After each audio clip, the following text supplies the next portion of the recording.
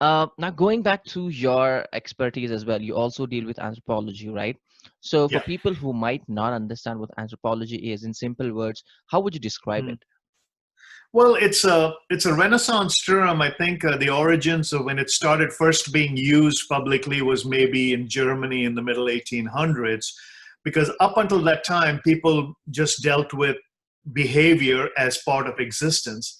But then when Darwin's evolutionary precepts came in, people wanted to challenge that, saying that, okay, so anthropology, if you break up the word, I mean, the anthropologia is just the being, and then the logia is the logic of being, so to speak. So you look at it in the history of human behavior would be what would be called cultural or societal anthropology. Anatomical anthropology would be how the body changes over a period of time.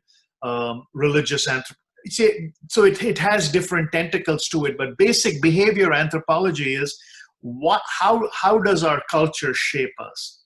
Hmm. So, I'll give you an example.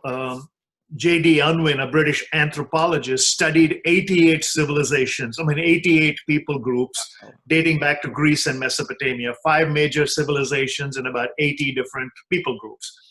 And he came to this conclusion on human behavior.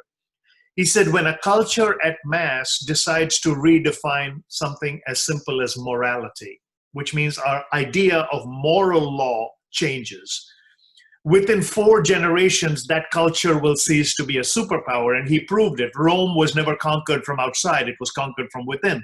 Because of the debauchery of its orgies and all that, this great empire fell.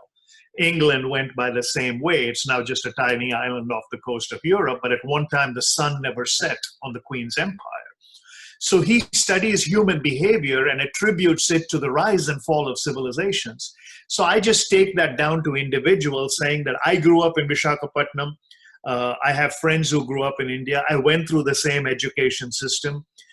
I was not a good student. I never got into any of the good business schools because I could not crack the entrance exam. I never got into civil service.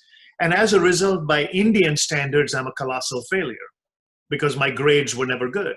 And my father and mother did struggle with that because for them, success was comparison.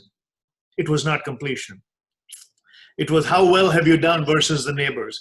So I started studying this, saying, what changed in my life? If my origin is the same, my upbringing is the same, my value systems are the same, why did I suddenly at the age of 30 decide to take a different look? And then I realized behavior is the result of habits. That's all.